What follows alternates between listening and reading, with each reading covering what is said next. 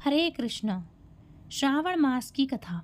ईश्वर बोले, हे सनत कुमार, इसके बाद अब मैं शुक्रवार व्रत का आख्यान करूंगा, जिसे सुनकर मनुष्य संपूर्ण आपदा से मुक्त हो जाता है।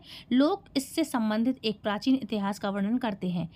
पाट्या वंश में उत्पन्न एक सुशील नामक एक राजा था। अत्यधिक प्रयत्न करने पर भी उसे पुत्र प्राप्ति नहीं हो सकी। उसकी सर्वगुण संपन्न सुकेशी नाम की भार्या थी। जब उसे संतान न हुई तब वह बड़ी चिंता में पड़ गया। तब स्त्री स्वभाव के कारण अति साहसयुक्त मन वाली उसने मासिक धर्म के समय प्रत्येक महीने में वस्त्र के टुकड़ों को अपने उदर पर बांधकर उदर को बड़ा बना लिया और अपनी प्रसूति का अनुकरण करने वाली किसी अन्य गर्भिणी स्त्री को ढूंढने लगी। भावी देवयोग से उसके पुरोहित की पत्नी गर्भवती थी। तब कपट करने वाली राजा की पत्नी ने किसी प्रसव कराने वाली को इस कार्य में लगा दिया और उसे एकांत में बहुत सारा धन देकर वह रानी चली गई। इसके बाद रानी को गर्भिणी जाकर के राजा ने उसका पुनः सवन और उसके बाद अनवलोभजन संस्कार किया। 8वां महीना होने पर सीमंतो अन्य न्याय संस्कार के समय राजा अत्यंत हर्षित हुए। इसके बाद उस पुरोहित पत्नी का प्रसव काल सुनकर वह रानी भी उसी के समान सभी प्रसव संबंधी चेष्टाएं करने लगी। पुरोहित की पत्नी चूंकि पहली बार गर्भवती थी, अतः प्रसूति का कार्य के प्रति वह अभी अनविघ्न थी और केवल प्रसव कराने वाली दाई के ही कहने में स्थित थी। तब उस दाई ने पुरोहित पत्नी के साथ छल करते हुए उसके नेत्रों पर पट्टी बांधी और प्रसव के समय उसके पैदा हुए पुत्र को किसी के हाथ से रानी के पास पहुंचा दिया। इस बात को कोई भी नहीं जान सका। उसके बाद रानी ने उस पुत्र को लेकर के यह घोषणा कर दी कि मुझे पुत्र रत्न की प्राप्ति हुई है। इन सब के बाद दाई ने पुरोहित की पत्नी के आंखों में की पट्टी खोल दी। दाई अपने 7 मास का एक पिंड लेकर गई थी और उसने उसको वो दिखा दिया। उसके सामने आश्चर्य तथा दुख प्रकट करने लगी वह, और यह कैसा अनिष्ट हो गया है कहने लगी कि अपनी पुरोहित पत्नी से इसकी शांति जरूर करवा लेना। उसका पति था पुरोहित। वो दाई कहने लगी, अपने पुरोहित पति से इसकी शांति जरूर करवा लेना। वो कहने लगी थी कि संतान नहीं हुई कोई बात नहीं, पर तुम जीवित तो हो, यही अच्छी बात है। इस पर पुरोहित पत्नी को अपने प्रसव के स्पर्श चिंतन से बहुत संदेह हुआ। ईश्वर बोले, राजा ने पुत्र जन्म का समाचार सुनकर जात कर्म संस्कार कराया और ब्राह्मणों को हाथी घोड़े तथा रथ आदि प्रदान किए। राजा ने कारागार में पड़े हुए सभी कैदियों को प्रसन्नतापूर्वक मुक्त करा दिया।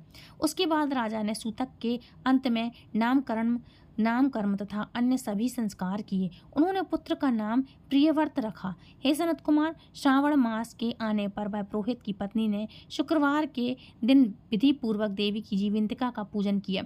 दीवार पर अनेक बालकों सहित देवी की जीवंतिका की मूर्ति लिख करके पुष्प तथा माला से उसकी पूजा करके गोधूम की पीठी के बनाए गए 5 दीपक उसके सम्मुख उसने जलाए और स्वयं भी गोधूम का चूर्ण भक्षण किया और उनकी मूर्ति पर चावल फेंका और कहा, हे जीवंतिका, हे कर्णवती, जहाँ मेरा पुत्र विद्यमान हो आप उसकी रक्षा करना। यह प्रार्थना करके उसने कथा सुनकर यथाविधि नमस्कार किया। तब जीवंतिका की कृपा से वह बालक दीर्घायु हो गया और वे देवी उसकी माता की श्रद्धा भक्ति के कारण दिन रात उस बालक की रक्षा करने लगी। इस प्रकार कुछ समय बीतने पर राजा की मृत्यु हो गई। तब पितृभक्त उसके पुत्र ने उसकी पारलौकिक क्रिया संपन्न की। इसके बाद मंत्रियों तथा पुरोहित ने प्रियव्रत को राज्य पर अभिषिक्त किया। तब कुछ वर्षों तक प्रजा का पालन करके तथा राज्य भोग करके वह पितरों के ऋषि से ऋण से मुक्ति के लिए जाने की तैयारी करने लगा। राज्य का भार वृद्ध मंत्रियों पर भक्ति पूर्वक सौंपकर और स्वयं के राजा होने का भाव त्याग कर उसने कार्पटिक का भेष धारण कर लिया और गया के लिए प्रस्थान किया। मार्ग में किसी नगर में किसी गृहस्थ के घर में उन्होंने निवास किया। उस समय उस गृहस्थ की पत्नी को प्रसव हुआ था। इसके पहले षष्ठी देवी ने उनके 5 पुत्रों को उत्पन्न होने के 5वें दिन मार दिया था। यह राजा भी उस समय 5वें दिन ही वहाँ गया हुआ था। रात में राजा के सो जाने पर उस बच्चे को ले जाने के लिए सृष्टि देवी आईं। जीवंतिका देवी ने उस सृष्टि देवी को यह कहकर रोका कि राजा को लांग कर मत जाओ। तब जीवंतिका के रोकने पर वह सृष्टि जैसी आई थी वह वैसी ही चली गई। इस प्रकार उस गृहस्वामी ने उस बालक को 5वें दिन जीवित रूप से प्राप्त किया। ये लोग इतने प्रभाव वाले हैं। यह देखकर उस गृहस्थ ने राजा से प्रार्थना की कि हे राजन, आपका निवास आज के दिन मेरे ही घर में हो। हे प्रभु, आपकी कृपा से मेरा यह छठा पुत्र जीवित रह गया। उसके इस प्रकार प्रार्थना करने पर करुणानिधि उस राजा ने कहा कि मुझे तो गया जाना है। तब राजा गया के लिए प्रस्थान करके गए। वहाँ पिंडदान करते समय विष्णुपत देवी पर कुछ अद्भुत घटना हुई।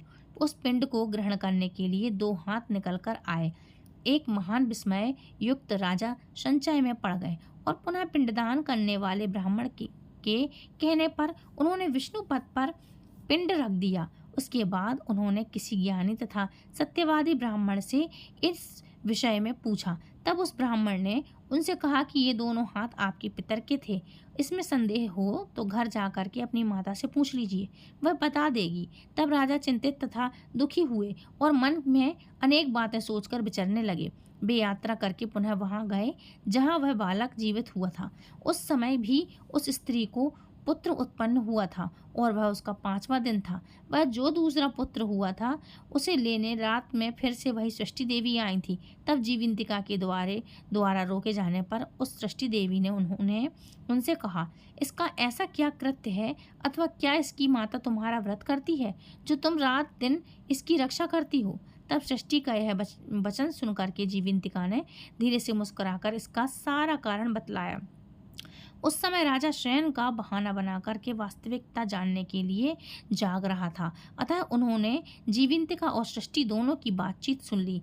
जीवंतिका देवी ने कहा, हे सृष्टि, श्रावण मास में शुक्रवार को इसकी माता मेरे यहाँ पूजन में रत रहती है और व्रत के संपूर्ण नियम का पालन करती है। वह सब मैं आपको बताती हूँ।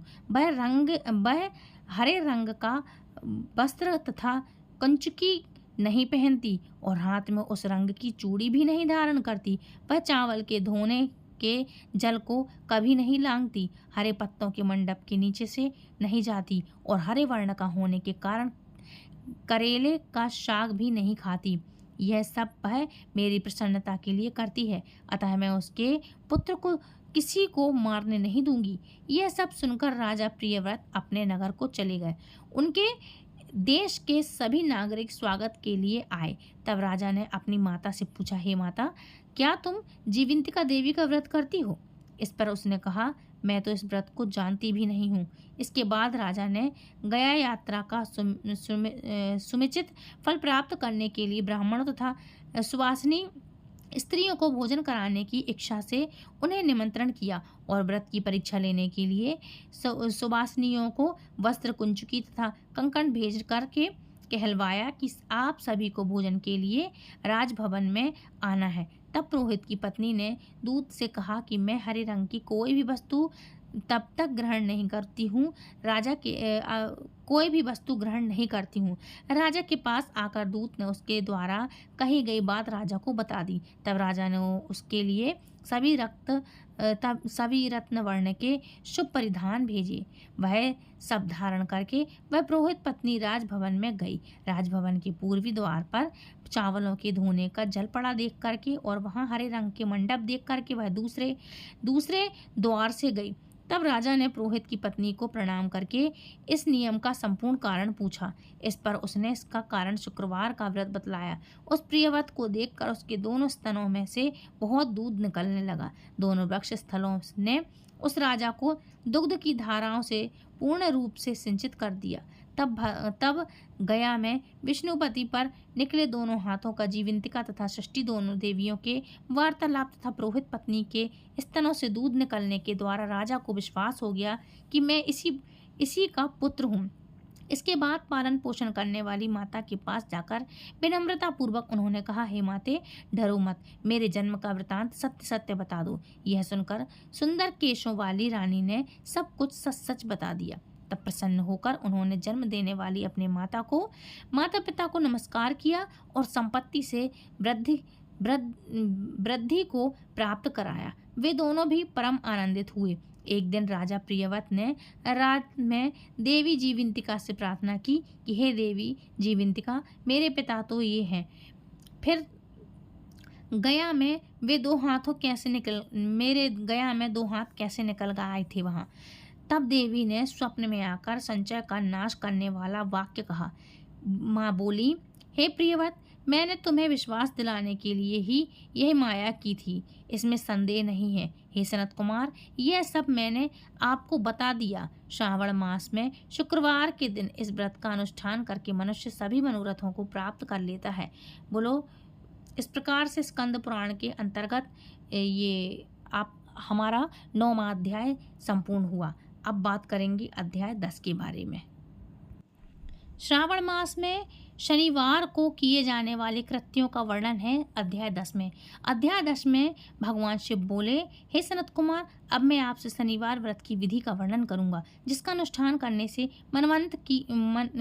मदंत्व नहीं होता। श्रावण मास में शनिवार के दिन नरसिंह शनिवार तथा अंजनी पुत्र हनुमान, इन तीनों देवताओं का पूजन करना चाहिए। दीवार पर अथवा स्तंभ पर नरसिंह की सुंदर प्रतिमा बनवाकर हल्दी युक्त चंदन और नीले, लाल तथा पीले सुंदर पुष्पों से लक्ष्मी सहित जगतपति नरसिंह की भली भांति पूजन करके उन्हें खिचड़ी का नैवेद्य तथा कुंजर नामक शाक का भोग अर्पित करना चाहिए। उसी को स्वयं भी खाना चाहिए और ब्राह्मण को भी खिलाना चाहिए। तिल का तेल तथा घृत स्नान भगवान नरसिंह को प्रिय है।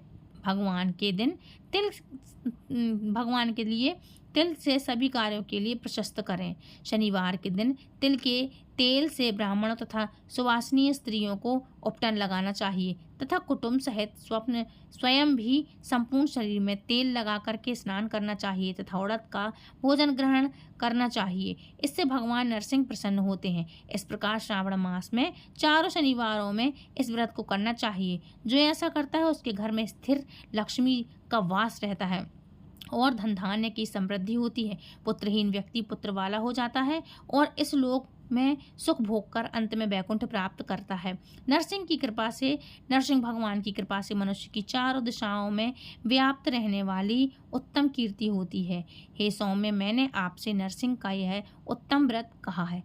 हे सनत कुमार, अब शनि की प्रसन्नता के लिए जो करना चाहिए उसे सुनिए। एक लंगड़े ब्राह्मण और उसके अभाव में किसी ब्राह्मण के शरीर में तिल का तेल लगाकर उसे उष्ण जल से स्नान कराना चाहिए और श्रद्धा पूर्वक नरसिंह मंदिर के लिए बताए गए अन्न अर्थात खिचड़ी उसे खिलानी चाहिए। उसके बाद तेल, लोह, काला तिल, काला उड़द की दाल, कंबल प्रदान करना चाहिए। इसके बाद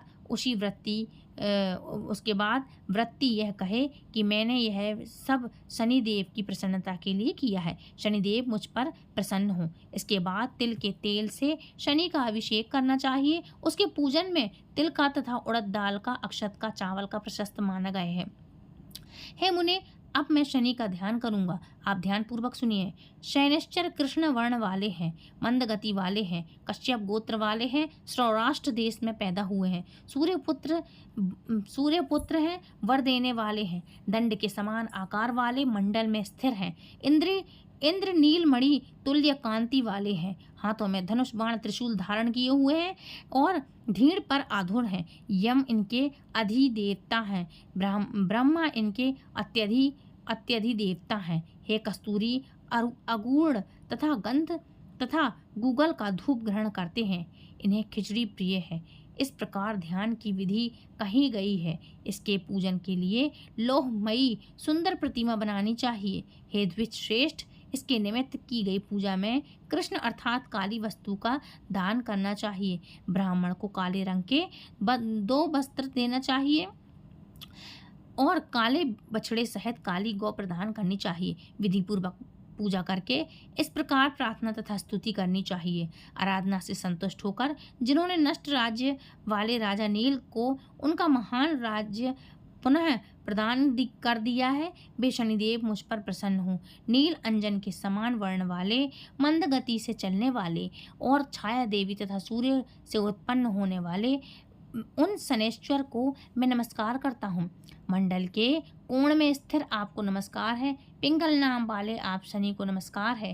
हे देवेश, मुझ दीन तथा शरणागत पर कृपा कीजिए। इस प्रकार स्तुति के द्वारा प्रार्थना करके बार बार प्रणाम करना चाहिए। 3 वर्णों ब्राह्मण, क्षत्रिय, शूद्र, वैश्य के लिए शनि के पूजन में शनो देवी इस दैविक मंत्र का प्रयोग बताया गया है और शूद्रों के लिए पूजन में नाम मंत्र का प्रयोग बताया गया है। जो व्यक्ति दंतचित होकर इस विधि से शनिदेव का पूजन करेगा उसे स्वप्न में भी शनि का भय नहीं होगा। हे विप्र, जो मनुष्य श्रावण मास में प्रत्येक शनिवार के दिन भक्तिपूर्वक इस व्रत को करता है उन्हें शनिश्चर के द्वारा लेश मात्र भी कष्ट नहीं होगा। जन्म रात्रि से पहले दूसरे, चौथे, 5वें, 7वें, 8वें, 9वें अथवा 12वें स्थान में स्थित शनि सदा कष्ट पहुंचाता है। शनि की शांति के लिए क्षमाग्नि इस मंत्र का जाप करना चाहिए। ये बताया गया है। उसकी प्रसन्नता के लिए इंद्र नीलमणि का दान भी करना चाहिए। हे सनत कुमार, इसके बाद अब मैं हनुमान जी की प्रसन्नता के लिए विधि का वर्णन करूंगा। हनुमान जी की प्रसन्नता के लिए श्रावण मास में शनिवार को रुद्र मंत्र के द्वारा तेल से उनका अभिषेक करना चाहिए। तेल में मिश्रित सिंदूर का लेप उन्हें अर्पित करना चाहिए। जब आप कुसुम की मालाओं से, आक धतूरा की माला से, मदार पुष्प की मालाओं से, बटक बड़का पेड़ के नैवेद्य से तथा अन्य उपचारों से भी तथा विधि अपने सामर्थ्य के अनुसार श्रद्धा भक्ति से युक्त होकर अंजनी पुत्र हनुमान जी की पूजा करनी चाहिए। इसके बाद बुद्धिमान को चाहिए कि हनुमान जी की प्रसन्नता के लिए उनके 12 नामों का जप करें। हनुमान, अंजनी, सुनु, वायु पुत्र, महाबल, रामेष्ट, फाल्गुन, सखा, पिंगाक्ष, अमित, विक्रम, उदित, क्रमण, सीता, शोक विनाशक,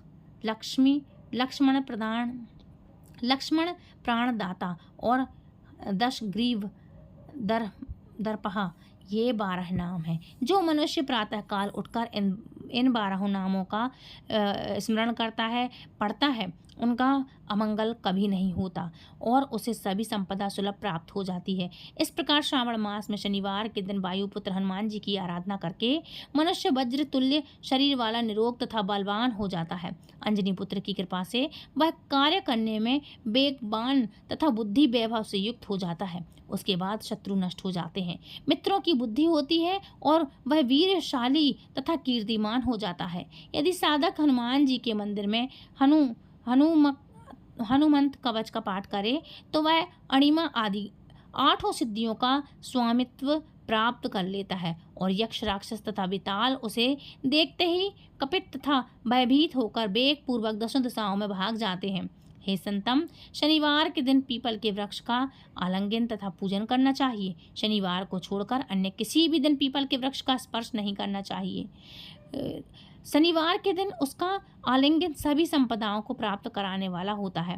प्रत्येक मास में 7 वारों में पीपल का पूजन फलदायक है, किंतु श्रावण में यह पूजन अधिक फल प्राप्त करने वाला होता है। बोलो शनिदेव की जय, श्रावण मास की जय। ये था अध्याय 9 और अध्याय 10। आई होप आज का वीडियो आपको पसंद आया होगा। यदि वीडियो पसंद आया तो प्लीज़ वीडियो को लाइक, शेयर, कमेंट करें। चैनल सब्सक्राइब करें। चैनल पर पहली बार जुड़े हैं तो चैनल को सब्सक्राइब करके बेल आइकन को ऑल पे प्रेस करें ताकि आने वाली हर एक वीडियो की नोटिफिकेशन सबसे पहले आप तक पहुँचे। तो फ्रेंड्स, मिलती हूँ नेक्स्ट वीडियो में। तब तक के लिए राधे राधे, हरे कृष्णा, हरि बोल।